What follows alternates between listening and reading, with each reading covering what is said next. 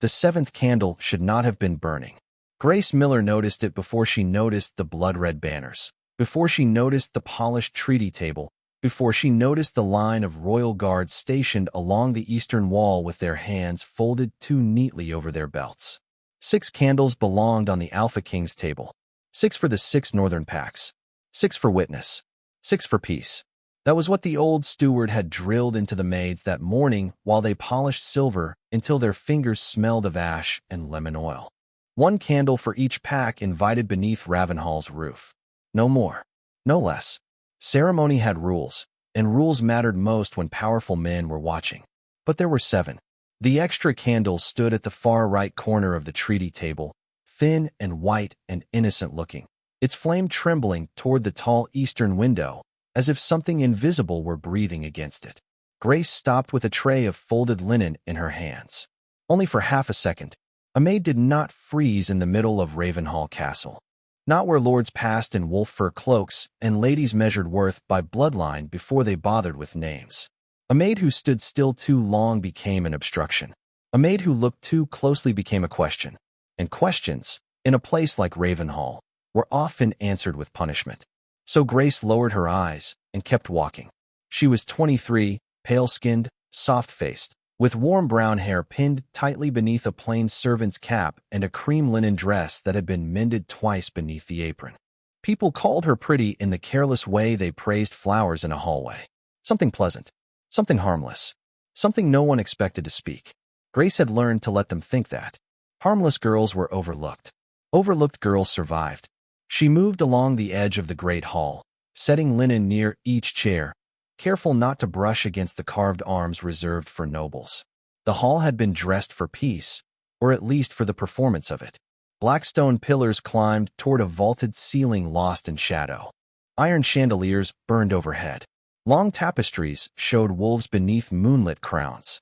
The air smelled of beeswax, pine smoke, cold metal, and the faint sweetness of wine waiting to be poured.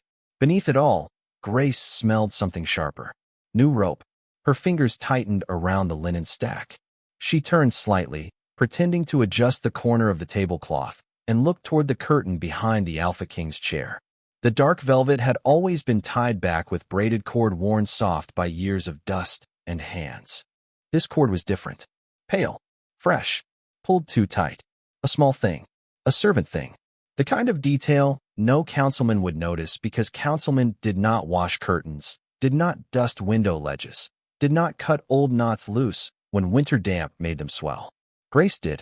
Her gaze moved from the new cord to the 7th candle, then to the empty chair where Alpha King Adrian Blackwood would soon sit. A cold pressure settled beneath her ribs. The candle was not decoration. It was a mark. Somewhere behind that curtain, something was waiting for the flame to give permission. The doors opened before Grace could decide whether to move the candle. That was the cruelty of important rooms. They never waited for the people who cleaned them to finish being afraid. The great iron hinges groaned inward, and every conversation in Ravenhall's hall thinned at once. Not stopped. Not yet. Powerful people disliked looking startled, so they let their voices fade slowly, as if silence had been their choice all along. Cups lowered. Shoulders straightened. The musicians near the western pillars softened their strings until the melody became less song than breath. Grace stepped back from the treaty table, her hands folded around the linen tray because they needed something to do. Alpha King Adrian Blackwood entered beneath the arch of carved wolves. He was taller than the men around him, broad enough through the shoulders that the black fur cloak resting there looked less like decoration and more like something that had surrendered. Dark leather armor fitted his chest and arms with quiet precision, scarred in places where polish could not disguise use. His hair was dark, pushed back from a face built of hard lines and colder patience. Handsome, yes, but not softly, not safely. He looked like the kind of man storms recognized as kin. The hall adjusted around him. That was the only word Grace had for it.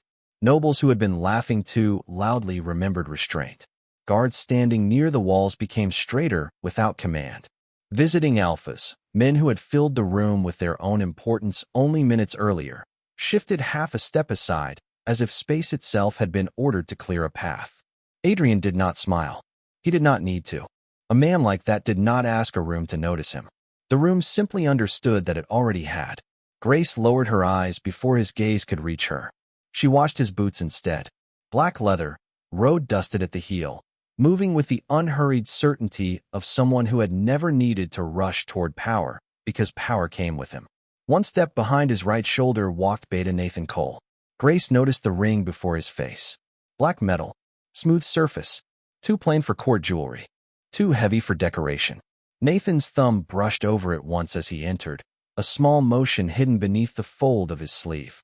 The seventh candle trembled. Grace's breath shortened. Nathan Cole was handsome in the polished way dangerous men sometimes were when they had spent years learning how trust should look. Fair hair, tied neatly at the nape. Brown leather cloak. Calm mouth. Attentive eyes. He stood close enough to Adrian to seem loyal, but not close enough to shield him. Not tonight. Tonight, he stood where a man could watch both the king and the curtain. The steward bowed so deeply the chain across his chest swung forward. Your Majesty, Ravenhall receives you in peace. Adrian gave a single nod, then let Ravenhall keep it. His voice was low, controlled, and it carried through the hall without effort. Grace felt it settle against the stones, against her skin, against the fear she was trying very hard to make small. A maid near the wine table dropped her gaze so fast her cap slipped crooked. Grace wanted to fix it. Her fingers almost moved by habit. But Adrian was approaching the treaty table now. The empty chair waited for him. The seventh candle burned beside it. The new rope held the curtain too tightly behind it. And Nathan Cole, still wearing the face of loyalty, touched his black ring a second time. Grace had learned long ago that rooms spoke in arrangements. A chair pulled too far from the table meant someone had risen angry. A goblet placed near the left hand instead of the right meant the guest either drank secretly or feared being watched. Curtains tied too low meant a draft had been hidden. Fresh rope meant someone had changed what old hands had already made safe. Ravenhall was speaking now, and every word sounded like danger. Grace moved toward the side table where the tea service had been prepared, not because anyone had asked for tea, but because servants were allowed to exist near objects that needed carrying. A maid without a purpose drew attention. A maid with a tray became furniture with feet. She lifted the porcelain pot carefully. Her hands were steady. That mattered. Fear could live in the ribs, in the throat, behind the eyes. It could not be allowed into the hands. Hands spilled. Hands trembled. Hands confessed what mouths tried to hide. Across the treaty table, Alpha King Adrian Blackwood took his seat. The hall exhaled around him. Beta Nathan Cole remained standing behind his right shoulder, exactly one step back, exactly where a loyal beta belonged if one looked only once. Grace looked more than once.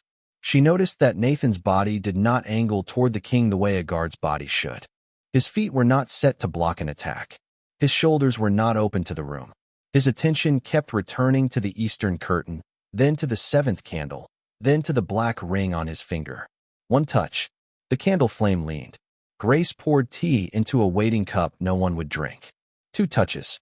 A man near the eastern window shifted. He wore a servant's brown vest and carried a wine jug under one arm, but Grace had never seen him below stairs. That alone meant little. Ravenhall had brought in extra hands for the treaty, but the way he held the jug was wrong. A real servant carried weight with the body, letting the wrist rest and the elbow guide. This man held the jug like a weapon pretending to be an object. His left hand was clean. Too clean. No faint burns from kitchen steam. No little cuts from polishing silver. No roughness where rope, buckets, trays, and broom handles taught the skin its work. His thumb rested along the jug's neck with the quiet readiness of a man waiting to draw steel. Grace's stomach tightened. She set the teacup down without sound. Her gaze slid to the curtain again. The new rope crossed the velvet at an angle that pulled one fold higher than the others, creating a narrow black mouth between fabric and stone. Nothing showed inside it. Not fully, but the seventh candle's flame kept trembling toward that gap as if the space behind it were breathing. Then Grace saw the line. A thread-thin glimmer behind the curtain. Not silver enough to be jewelry. Not dull enough to be old hinge metal. A bow wire. Her blood went cold in a clean, terrible way. She knew what it was before her mind wanted to name it. Her father had shown her once, years ago, in a stable that smelled of rain and hay and oiled leather.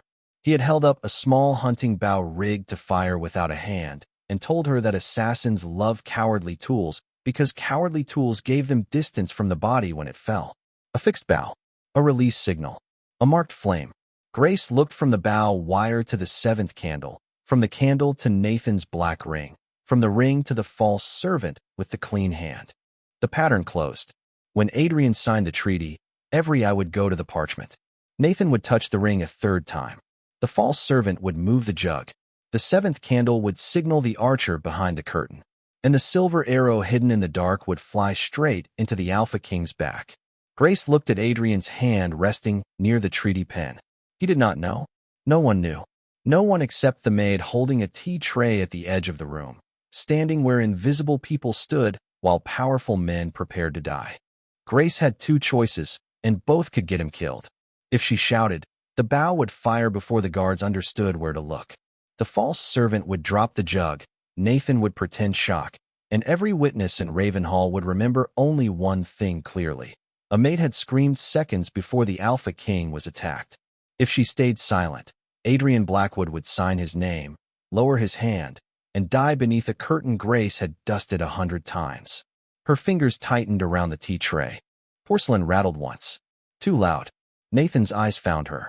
Grace lowered her head immediately, but not before she saw recognition flicker across his face. Not recognition of who she was. That would have been impossible. To men like Nathan Cole, maids did not have names unless they broke something. But he recognized attention. He recognized the dangerous shape of someone seeing too much. Grace moved. Not toward the curtain. That would be too obvious. Not toward the false servant. Too far. She stepped toward the treaty table with the small, careful urgency of a maid trying to repair an error before it became punishable. The tea tray gave her permission to approach. Her lowered eyes gave her permission to be ignored. Adrian's hand had already moved toward the pen. The silver nib caught candlelight. Grace felt time narrow around it. "My lord," she said softly. It was barely a voice, barely more than breath. Nathan stepped in front of her before Adrian could look up. "The king has not called for tea." His tone was mild enough for the room. His body was not. One hand settled on Grace's shoulder, light as linen, heavy as a locked door.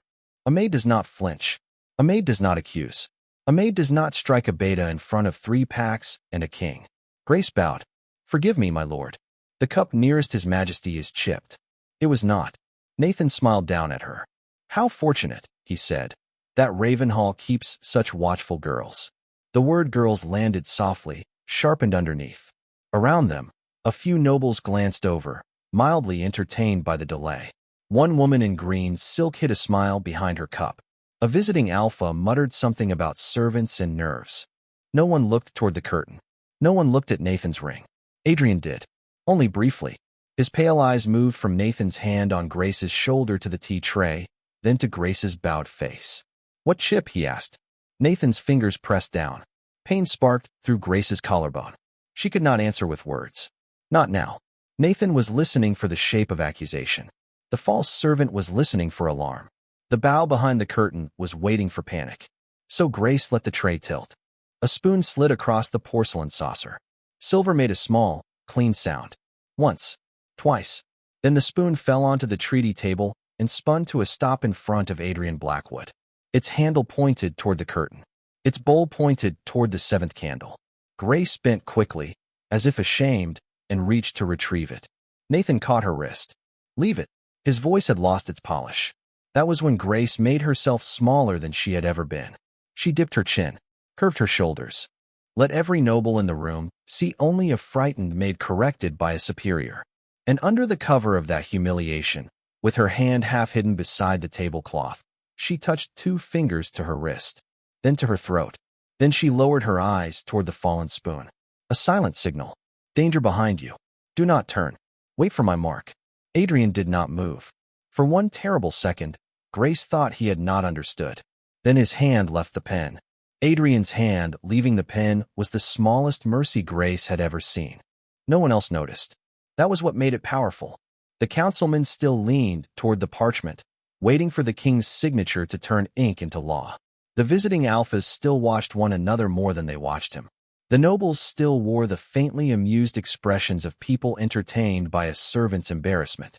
Nathan Cole still held Grace's wrist in his fingers, believing he had stopped her before she became dangerous. But Adrian Blackwood had understood. Not completely, perhaps. Not the bow wire. Not the false servant. Not the seventh candle. But he had seen enough in the spoon's direction, in the 2 fingers to the wrist, in the touch to the throat, to know one thing. Do not sign. Grace felt her lungs try to open. She did not let them. Relief was dangerous too. Relief made people sloppy. Relief made eyes lift too soon and mouths soften before the blade had passed. Her father had taught her that when she was little, standing in the stable yard with rain dripping from the roof and mud around her ankles. A warning is not finished until the danger has moved. Adrian's gaze did not settle on her. It passed over her the way a king might glance past a maid who had interrupted a ceremony. Then it lowered, almost lazily, toward the spoon. His thumb tapped once against the edge of the treaty table. Grace heard it because she was listening for anything that might mean life. Once. A question. She swallowed. Nathan's hand still held her wrist. His thumb pressed against the inside of it, right over the pulse. He could feel how fast her heart was beating. He smiled as if that pleased him. Take her away from the table, he said.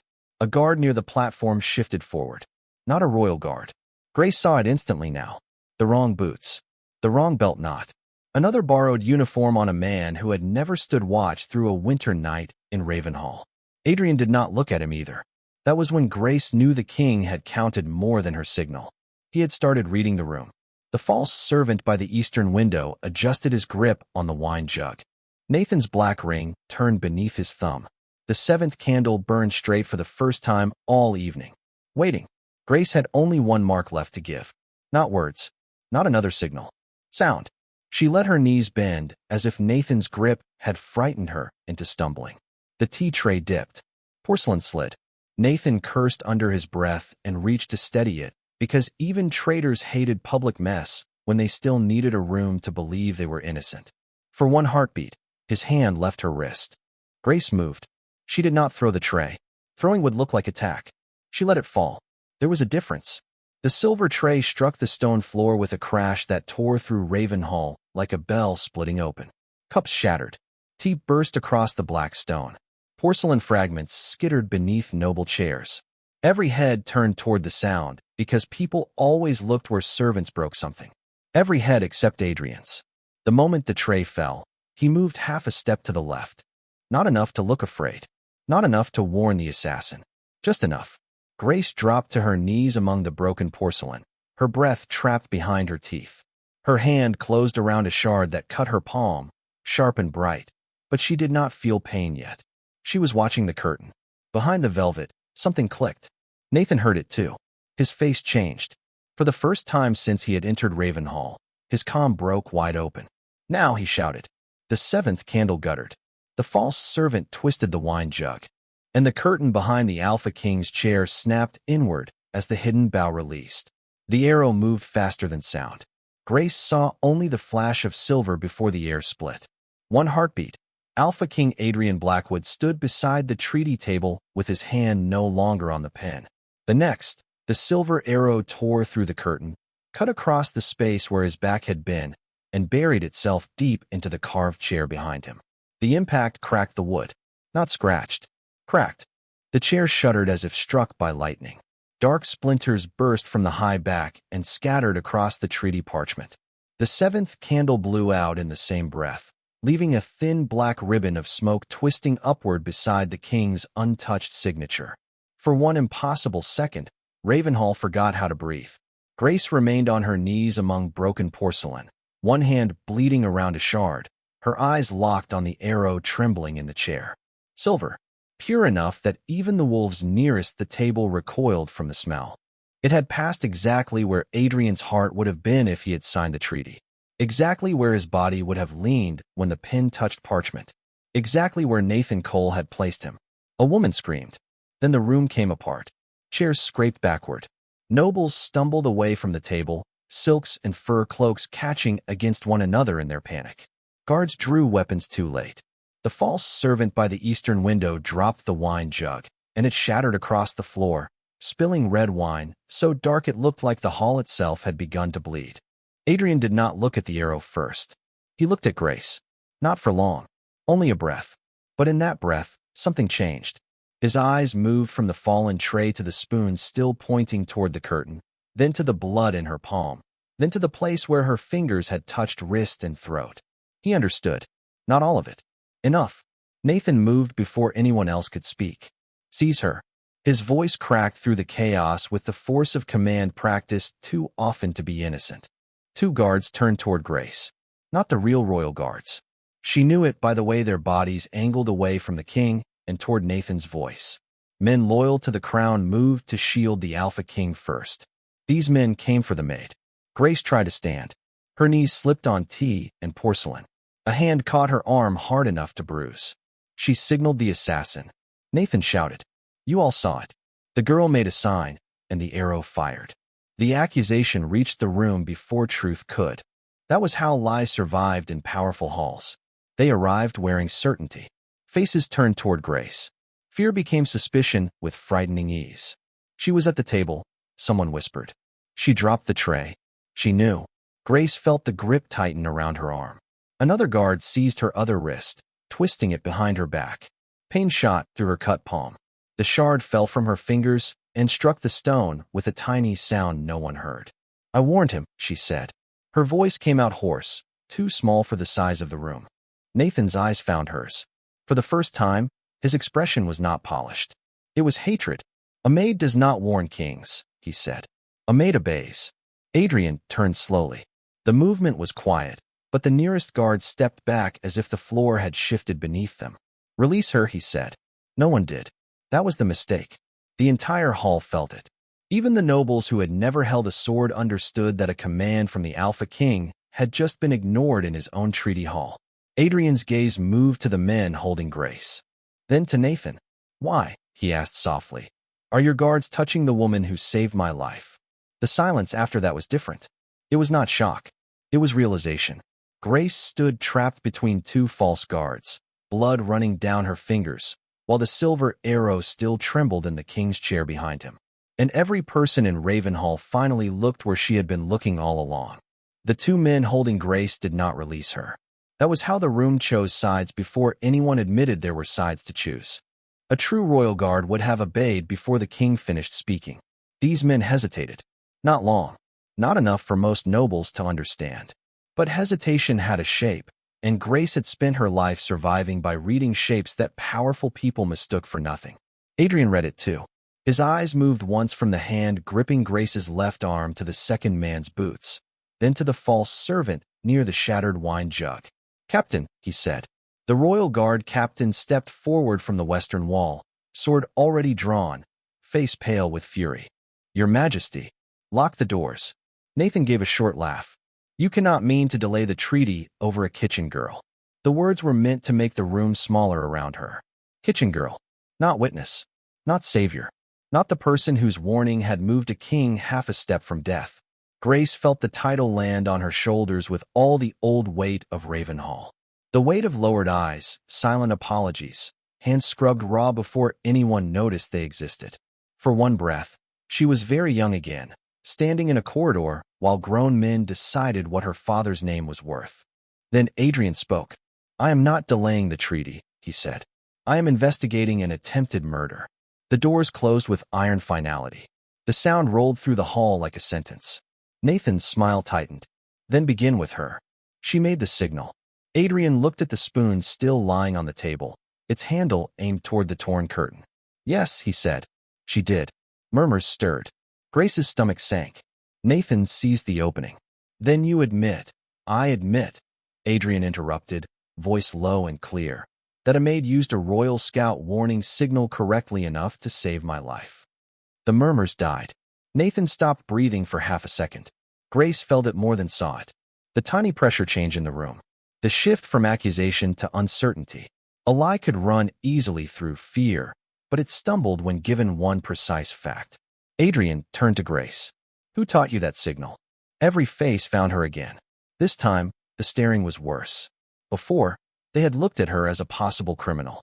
Now they looked at her as a question no one wanted answered. The false guards still held her, but their fingers had loosened slightly. They knew the room was no longer moving in Nathan's favor. Grace swallowed. Blood slipped from her palm to her wrist. My father, she said. Nathan's head turned toward her slowly. Adrian did not move. His name. Grace looked at the silver arrow buried in the chair, the seventh candle smoking beside it, the curtain still trembling from the shot that should have killed a king. For years, she had kept her father's name folded inside her like contraband. Saying it aloud felt like opening a locked room. Elias Miller, she said.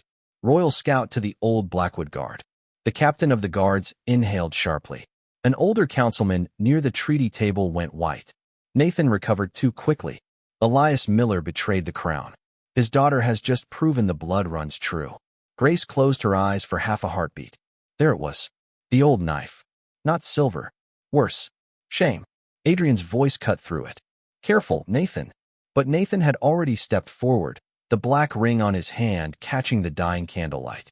Her father sold a royal route to assassins 11 years ago. He died a traitor. And tonight his daughter stands beside an assassin's arrow, making secret signs at my king. Grace opened her eyes. Not because of the insult. Because of the ring. Nathan had lifted his hand too high in anger, and the black metal turned toward the light. For the first time, Grace saw the mark carved inside its band. A crescent split by 3 lines. Her father had drawn that symbol once with charcoal on a stable wall while telling her never to follow a man who wore it. Her fear went quiet. That ring, she whispered. Nathan's gaze snapped to her. Adrian heard her anyway. Grace lifted her chin, though her throat felt scraped raw. That is not a beta's ring. The hall held still. Grace looked at Adrian, not at Nathan now. It is a scout route seal, she said. The kind used to change a patrol path without writing an order. Nathan's face hardened. The captain stepped closer, staring at the ring. Grace's voice grew steadier, because truth had weight once she stopped carrying it alone. My father did not sell the royal route, she said. Someone changed it after he sealed it. Adrian's eyes shifted to Nathan's hand. And for the first time since the arrow flew, Beta Nathan Cole looked truly afraid. The room did not move after Grace named the ring. That was the strange thing about truth when it entered a powerful hall. It did not always arrive like thunder. Sometimes it arrived as a small sentence from a bleeding maid, and every guilty person in the room forgot how to breathe. Nathan Cole lowered his hand too late. The black ring had already caught the candlelight. The mark inside the band had already been seen. A crescent split by 3 lines. Grace remembered it with the awful clarity of childhood fear. Her father's hand guiding hers over a scrap of parchment. His voice low in the stable shadows. If you ever see this seal, Grace, do not argue with the man wearing it. Do not follow him. Do not trust the route he gives you. Run first. Understand later. She had not understood then. She had been 12, small enough to believe fathers survived because they knew more than everyone else. The next morning, Elias Miller had been dragged through the lower courtyard in chains, accused of selling the Alpha King's patrol path to enemy assassins. Grace had hidden behind the laundry arch with both hands over her mouth while Nathan Cole, younger but already polished, stood beside the captain and explained betrayal in a voice calm enough to make murder sound like duty. Remove the ring, Adrian said. Nathan smiled. It was almost convincing.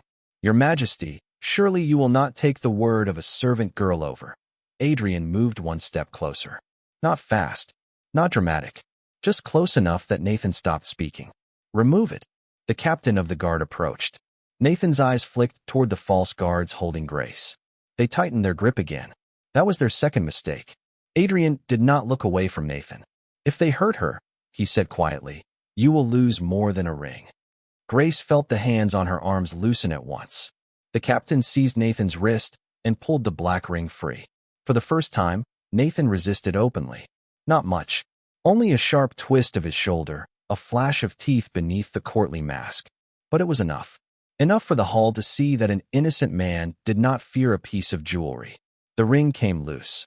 Inside the band, beneath the crescent mark, a tiny compartment opened where the captain's thumb pressed the seal edge. Something thin slid out and fell onto the treaty table.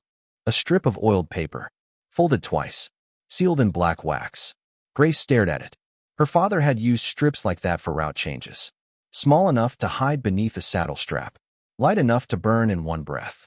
Adrian opened it himself. His face did not change as he read. That was worse than anger. Anger would have given the room somewhere to look. His stillness forced everyone to stay with the truth. This is an order changing the Eastern Patrol route, he said. dated the night Elias Miller was accused. Nathan's mouth tightened. Forgery. Adrian looked at the captain. The signature? The captain bent over the paper. His face went hard. Nathan Cole's scout seal, Your Majesty. Grace felt the floor shift beneath her, though she had not moved. For 11 years, her father's name had lived under dirt someone else had thrown. For 11 years, she had carried silence like a bowl too full to spill. Now, one hidden strip of paper lay on the treaty table, and the lie that had buried him began to crack. Nathan laughed once. It was ugly because it was real. A dead scout's daughter and a scrap of paper. Is that your proof? Grace looked at him, then at the smoking seventh candle, then at the silver arrow in the king's chair. No, she said softly. The proof is that you used the same method twice. Nathan went still. Grace turned to Adrian. My father was blamed after a route changed without written record. Tonight, your chair was marked with a candle that should not exist, a curtain tied with new rope, and a servant who was not a servant. He does not create new traps. He repeats old ones because old lies worked for him once. The false servant near the broken wine jug took one step backward. Adrian's eyes cut to him.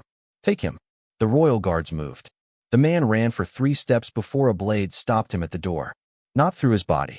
Across his path. Enough to make him drop to his knees. From behind the torn curtain, another guard dragged out the fixed bow, still mounted to the stone with fresh iron brackets. A second silver arrow waited in the mechanism. The hall saw it. The nobles. The council. The servants in the doorways. Everyone saw what Grace had seen first. Nathan's face emptied. Adrian turned back to him. You murdered Elias Miller to steal his place. The words did not rise. They did not need to. Grace heard a sound and realized it had come from her own throat. Not quite a sob, not quite breath. Adrian looked at her then, and his expression changed by the smallest degree. Not pity. Respect. The kind that stood upright. And tonight, he said, his daughter saved mine. Nathan Cole did not kneel until Adrian made him. That was what Grace remembered afterward. Not the silver arrow. Not the shattered porcelain. Not even the black ring lying open on the treaty table with its hidden paper exposed like a second, smaller wound. She remembered Nathan standing too straight for a man whose crime had just been dragged into daylight, his face emptied of fear and polished again into something almost noble. Then Adrian crossed the space between them. No one stopped him. No one breathed loudly enough to be heard. The Alpha King took Nathan by the shoulder, turned him toward the hall, and forced him down onto the black stone in front of the treaty table. It was not brutal. That somehow made it worse. There was no loss of control, no wild rage, no public satisfaction. Adrian simply placed the traitor where the truth required him to be. On his knees. Nathan's jaw clenched hard enough that a vein jumped near his temple. You will not do this, he said through his teeth. Not over a maid. Adrian's hand tightened once. The room felt it. Grace stood between 2 royal guards now, no longer held, though her wrists still remembered the shape of false hands. Blood had dried along her palm where the porcelain shard had cut her. Her apron was stained with tea, dust, and the faint red line from her own skin. She should have stepped back. Every lesson Ravenhall had ever taught her told her to make room when kings and betas decided the fate of men. But Adrian looked at her. Not past her. At her. Grace Miller, he said. Her name moved through the hall, like something being restored to its rightful owner. She swallowed. Your Majesty. Come here. The order was quiet, but it was not cold. Grace walked forward because her legs obeyed before her fear could argue. The nobles parted for her. That was new. They did it awkwardly, too late, as if their bodies knew how to make way for rank, but did not know what to do with courage wearing a maid's dress. She stopped beside Adrian. Nathan looked up at her with hatred sharpened into something small and ugly. This is what you wanted, he hissed. To stand beside a king? Your father died reaching above his place too. The old wound opened. For one breath, Grace was 12 again. The courtyard. The chains. Her father's eyes telling her to live. The silence after he disappeared behind iron doors. Then Adrian spoke. Elias Miller died because you feared an honest man more than an enemy blade. Nathan turned his face away. Adrian looked to the captain. Read the order. The captain lifted the strip of oiled paper and read aloud the patrol change, the seal mark, the date, the route that had delivered Elias Miller and 6 loyal scouts into an ambush 11 years earlier. Each word struck the hall with dull, merciless weight. An older councilman lowered himself into a chair as if his knees had failed him. A maid near the side door covered her mouth. The servants knew what it meant to watch a name be cleared too late. Grace did not cry. She had thought she would, if this moment ever came. She had imagined tears as proof that grief had found its way out of her body. But what came instead was stillness. Deep, shaking stillness. The kind that follows when a person sets down a burden they had mistaken for part of their bones. Adrian turned to the hall. "The treaty is suspended," he said. "Every guard posted by Nathan Cole will be questioned. Every sealed route he touched will be reviewed. Every man who carried his orders tonight will answer under crown law." Nathan gave a bitter laugh. "And the girl? Will you make her a saint now?" Adrian looked down at him. "No," he said. "I will tell the truth." He faced the room again. "The maid you dismissed saw the signal before my council did. She read the trap before my guards did. She warned me without raising her voice because this hall had taught her that a servant's voice was worth less than a nobleman's lie." No one spoke. Good. The silence belonged to Grace now. Adrian reached to the clasp at his shoulders and removed his black fur cloak. The hall shifted as he placed it around Grace, not hiding her stained dress, not covering the proof of what she had survived, but setting warmth and royal protection over both. "This woman saved my life," he said. "Touch her again, and you answer to me." Grace's fingers closed around the cloak's edge. It was heavy, too heavy, like trust, like danger, like a future she had not been trained to imagine. Adrian's voice lowered, but it carried to every corner. "From this moment, Grace Miller is under my protection, not as a servant to be used, not as a witness to be silenced, as the daughter of Elias Miller, royal scout, and as the woman whose silence spoke louder than this entire court." For the first time, the servants along the walls lifted their eyes. Grace felt them before she saw them. Kitchen girls, stable boys, laundresses, maids with cracked hands and careful spines. The invisible people of Ravenhall watching one of their own stand beside the Alpha King while the nobles who had mocked her looked down. Nathan was dragged away in chains. The silver arrow remained in the chair behind them. The seventh candle had burned down to smoke. Grace looked at Adrian, and he inclined his head, not like a king accepting thanks, but like a man offering respect. "You changed everything," he said softly. Grace looked at the broken tray, the fallen spoon, the curtain where death had waited, and the room that finally saw her. "No," she said, her voice quiet but steady. "I only made them look." And in Ravenhall Castle, beneath the moonlit banners of 6 northern packs, the maid who had made a silent signal was silent no longer. By midnight, Ravenhall no longer pretended to be a hall of peace. The treaty table had been stripped bare except for 3 things: the black ring, the silver arrow, and the torn strip of oiled paper that had returned a dead man's name to the living. Guards stood at every door now, real guards this time, men whose eyes followed shadows and whose hands stayed close to their swords for the right reasons. Grace sat on a wooden bench beneath the western pillar with Adrian's cloak still around her shoulders. No one had asked her to remove it. That was how she knew the room had changed. Hours earlier, she had crossed these stones as something useful only when unseen. A maid with quiet steps. A girl with folded linens. A pair of hands expected to clean, pour, carry, vanish. Now every person who passed her slowed just slightly, as if unsure whether to bow, apologize, or pretend they had never laughed. Grace preferred the ones who kept walking. Awkward shame was still shame that wanted comfort. A healer had wrapped her palm in clean linen. "The cut was shallow," he said, though it burned every time she moved her fingers. The bruise on her shoulder would darken by morning where Nathan's hand had pressed her down with all the confidence of a man who thought the world would always take his side. It had once. That was the thought Grace could not stop returning to.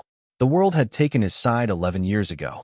It had watched Elias Miller dragged away as a traitor. It had accepted the neatness of Nathan's lie because a dead scout was easier to bury than a living beta was to question. And Grace, 12 years old and shaking behind a laundry arch, had learned that truth did not save anyone unless someone powerful decided to hear it. Tonight, she had not waited for permission. Across the hall, Adrian stood with his captain near the torn curtain. The fixed bow had been removed from the wall and laid across a long inspection table. It looked smaller in the open, almost disappointing. A coward's machine. Wood, wire, silver point, and distance. Nothing like the monster it had felt like while hidden in shadow. Adrian listened as the captain spoke, but his gaze lifted once and found Grace. He did not summon her. He came to her.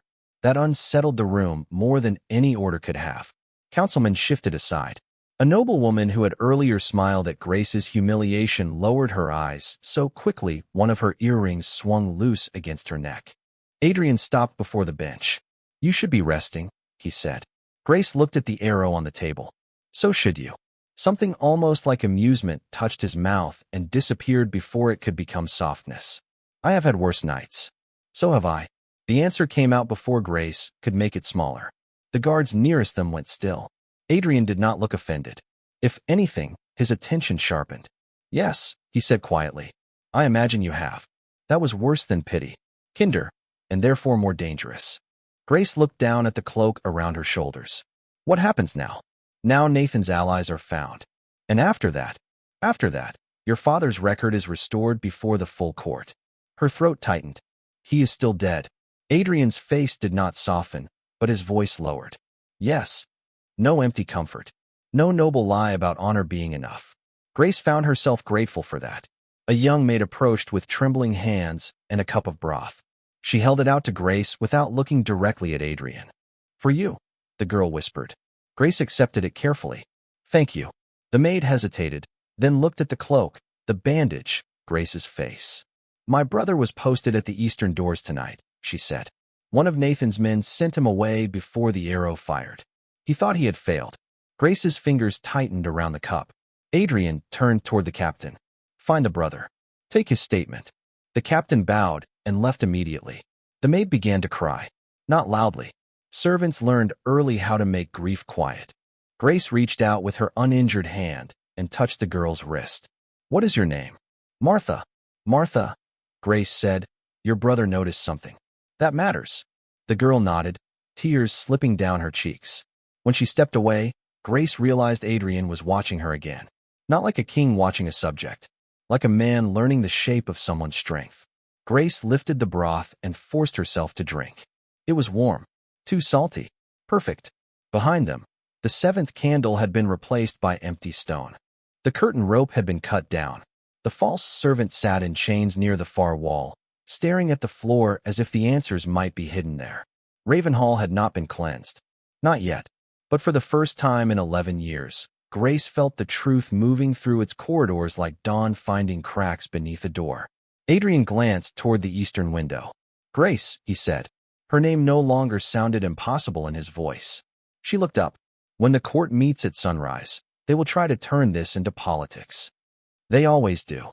I need you there." Fear moved through her immediately, old and familiar. Then she remembered the spoon. The signal. The arrow missing his heart by half a step. Grace set the broth down. "I will be there," she said. Adrian inclined his head. Outside, beyond the broken curtain and the cold glass, the moon hung over Ravenhall like a witness that had finally decided to stay. At sunrise, the full court gathered because the Alpha King commanded it, not because they wanted truth. Grace understood the difference the moment she entered Ravenhall's judgment chamber. Truth made powerful people uncomfortable when it did not arrive polished for their convenience. It had sharp edges. It stained reputations. It asked who had looked away and who had profited from the silence afterward. The nobles waiting beneath the high windows did not look like people eager for justice. They looked like people hoping justice could be narrowed, softened, delayed, folded into language that would not cut too deeply. Grace walked in wearing the same cream linen dress from the night before. Cleaned, but not new. The stain near the hem had faded to a pale brown shadow. Her bandaged palm rested at her side. Adrian's black cloak remained around her shoulders, heavy enough that every eye in the room understood she had not borrowed warmth by accident. The whispers began at once, then stopped. Adrian entered behind her. That was another thing the court did not know what to do with. A maid walking before the king.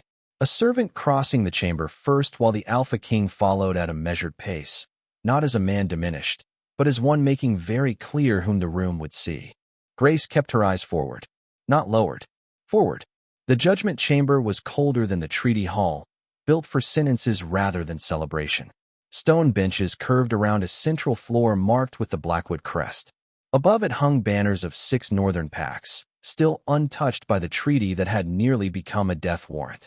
Nathan Cole stood in chains at the center. He looked tired now.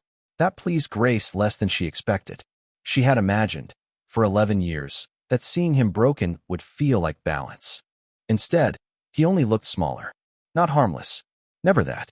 But human in the ugliest way. A man who had mistaken the world's fear for proof of his own greatness. Beside him stood the false servant, pale and shaking. The captain read the evidence. The black ring. The hidden compartment. The changed patrol order from 11 years ago. The fixed bow behind the curtain. The silver arrow. The false guard placements. The 7th candle used as a firing mark. Each item was placed on a long table for the court to see. Evidence looked quieter than suffering. Grace hated that. An elder councilman rose slowly, leaning on a carved cane. Your Majesty, no one questions the seriousness of last night's events. However, accusations involving past royal records require careful review. It would be unwise to overturn an 11-year judgment based on emotional testimony from. He stopped before saying Maid. Adrian looked at him. Finish the sentence. The elder's mouth closed. Grace felt the room hold its breath. Adrian did not raise his voice. Say what you intended to call her. The elder's grip tightened on his cane. I meant no disrespect. You meant to hide behind manners after hiding behind silence. No one moved. Adrian turned to the captain. Read Elias Miller's original conviction. The captain unfolded an old record. Grace had thought she was ready. She was not. Hearing her father's name in that chamber struck differently than speaking it in the hall. Elias Miller, Royal Scout. Accused of betrayal. Condemned without trial by sealed beta testimony. Removed from the guard rolls. His family stripped of standing. Family. That word found her like a hand around the throat.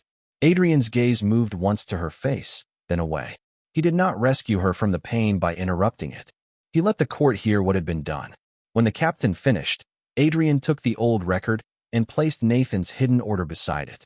Same date, he said. Same route. Same seal authority. The elder councilman sat down. Nathan lifted his head. You cannot restore a dead man by condemning a living one. Grace stepped forward before Adrian could answer. The room shifted. She felt its resistance. She spoke anyway. No, but you can stop making his daughter carry your lie. Nathan stared at her. Grace looked from him to the court.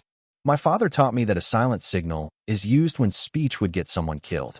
Last night, I used one because this hall had already taught me that a maid's voice would be questioned before a beta's hand. A servant near the rear doors made a small sound. Grace did not turn. I am not asking you to believe me because I bled. I am asking you to look at the proof you ignored when it was easier to bury a scout than accuse a man with rank. The chamber was silent now.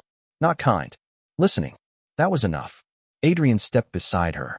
By crown authority, he said, Elias Miller's conviction is void. His name is restored to the Royal Scout rolls. Nathan Cole is stripped of title, rank, land, and command pending final sentence. Every record he sealed will be reopened. Grace closed her eyes. Only for a moment. When she opened them, Nathan was staring at the floor. The court was staring at her. And this time, Grace did not make herself small enough for their comfort. Grace did not feel restored when the court rose. That surprised her. The word had sounded large enough to hold everything when Adrian spoke it before the judgment chamber. Restored. As if a name could be lifted from dirt, washed clean, placed back where it belonged, and somehow the dead would hear it. As if 11 years of silence could loosen from her bones in one royal sentence. But when the nobles began to leave, when their robes whispered over stone and their eyes slid away from her like guilt looking for an exit, Grace still felt the bandage around her palm. She still felt Nathan's fingers on her wrist. She still felt 12 years old in a laundry arch, trying not to make a sound while the world decided her father was easier to bury than defend. Restoration, she realized, did not feel like joy at first. It felt like standing after a long illness and discovering how weak your legs had become. Adrian must have known not to touch her. He stood beside the evidence table, speaking quietly to the captain while Nathan Cole was taken through the western doors in chains. Nathan did not look at Grace this time. That was wise. Or cowardly. Perhaps both. The black ring remained on the table, split open, its hidden compartment exposed beneath the morning light. Grace looked at it until the captain covered it with a cloth. Only then did she breathe properly. A sound came from the back of the chamber. Not loud, not noble. The scrape of one shoe against stone, followed by another. Grace turned. The servants of Ravenhall had gathered near the rear doors. Not many at first. A kitchen girl with flour in her hair. 2 maids still wearing gray work aprons. A stable boy with straw on one sleeve. Martha, the girl who had brought broth at midnight, stood near the front with red eyes and both hands clasped tightly before her. They should not have been there. Judgment chambers belonged to ranked witnesses, guards, council members, pack elders. Servants entered to clean after sentences, not to hear them. No one ordered them out. That, more than the restored record, made Grace understand something had shifted. Martha stepped forward first. Her mouth trembled, but her chin did not lower. "My brother gave his statement," she said. "The captain said it mattered." Grace nodded. "It did." The girl swallowed. "He asked me to tell you thank you." Grace did not know what to do with gratitude. It sat in her hands awkwardly, like a gift too fragile to set down. Before she could answer, the old steward emerged from the side aisle. He was smaller in daylight than he had seemed the day before, his chain of office dull against his chest, his cane held too close to his body. He stopped several feet away from her. "Miss Miller," he said. "Not girl. Not maid. Not Grace," as if familiarity could soften cowardice. "Miss Miller." "I failed to listen," he said. Grace watched him carefully. Apologies from men with authority often came shaped like favors. This one did not. It came flat and ashamed, which made it harder to hate. "Yes," she said. The steward flinched. "Good." Then he bowed. Not deeply, not theatrically, just enough for everyone in the chamber to see that the man who had once corrected her posture now lowered his head first. Behind him, one by one, the servants did the same. Grace felt the movement before she could name it. Heads lowering, shoulders bending. Not submission, not fear. Something stranger. Recognition given by people who knew exactly how much it cost to stop disappearing. Her throat tightened. Adrian had gone silent beside the table. When Grace looked over, he was watching the servants, not interrupting, not claiming the moment as his own. That mattered too. A king could have turned this into mercy from the crown. He did not.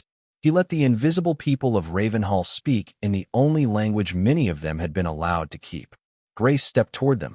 Adrian's cloak shifted around her shoulders. "I am still one of you," she said. Martha shook her head, tears slipping free now. "No, you are what they should have seen in us."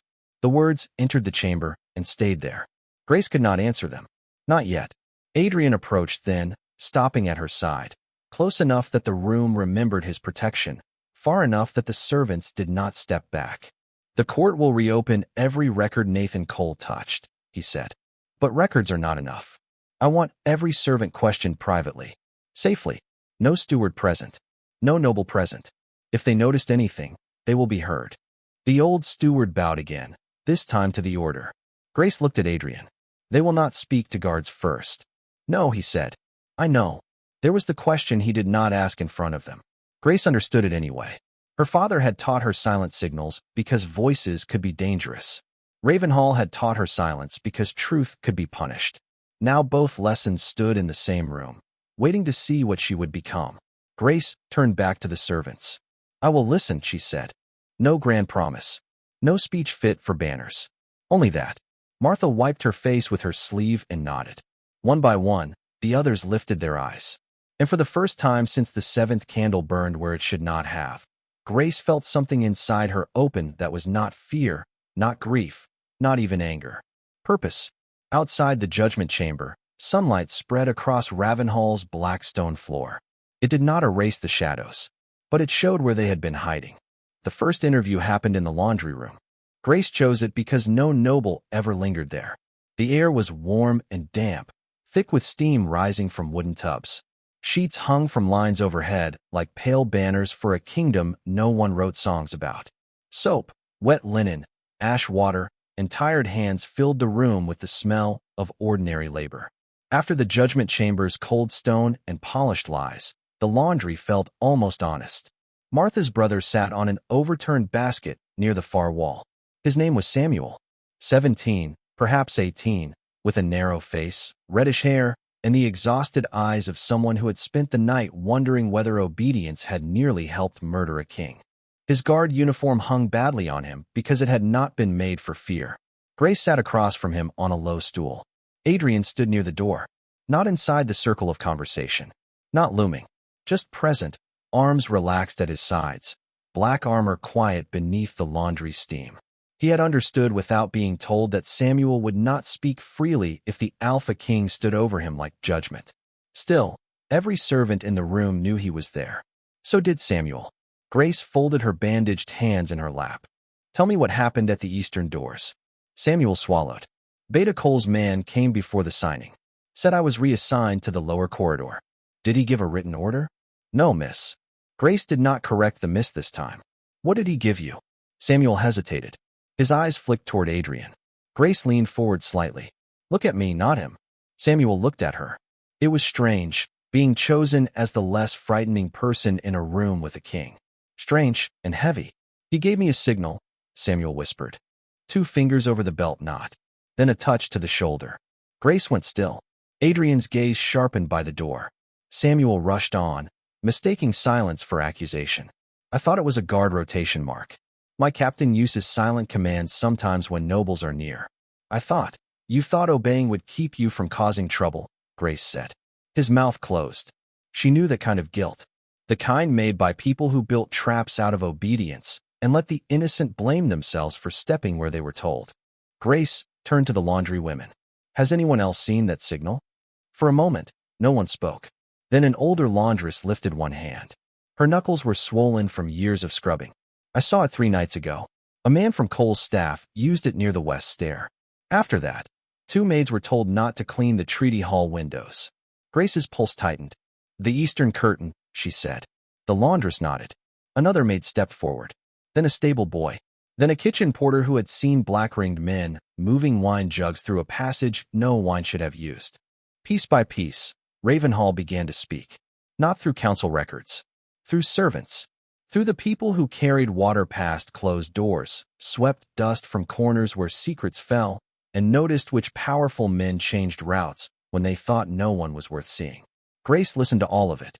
Adrian listened too. When the last servant finished, silence settled over the laundry room. Not empty silence. Working silence. The kind before a door opens. Grace stood. Her knees felt steadier than they had in the judgment chamber. These statements go to the captain, she said. No names shared with stewards. No punishment for anyone who obeyed an order they did not understand. Adrian answered from the door. Done. No debate. No delay. Done. The word moved through the servants like warmth. Samuel looked down at his hands. I almost left him unguarded. Grace stepped closer. No. Someone used your trust as a weapon. Now you have taken it back. His eyes reddened. He nodded once. When Grace turned, Adrian was watching her with that same careful attention she still did not know how to hold. Outside the laundry room, Ravenhall's corridors stretched long and dark, full of hidden routes, old stains, and doors that had been closed to people like her for years. Grace touched the edge of the cloak at her shoulders. Yesterday, silence had been the only language allowed to her. Today, she had made an entire castle speak. Adrian opened the door and waited for her to pass first. Grace walked beside him into the corridor, not behind, while servants along the walls lifted their eyes. The 7th candle was gone. The arrow had missed. Nathan Cole was in chains. But the thing that had truly changed Ravenhall was smaller than all of that. A maid had made a silent signal. And afterward, no one could pretend the invisible had nothing to say.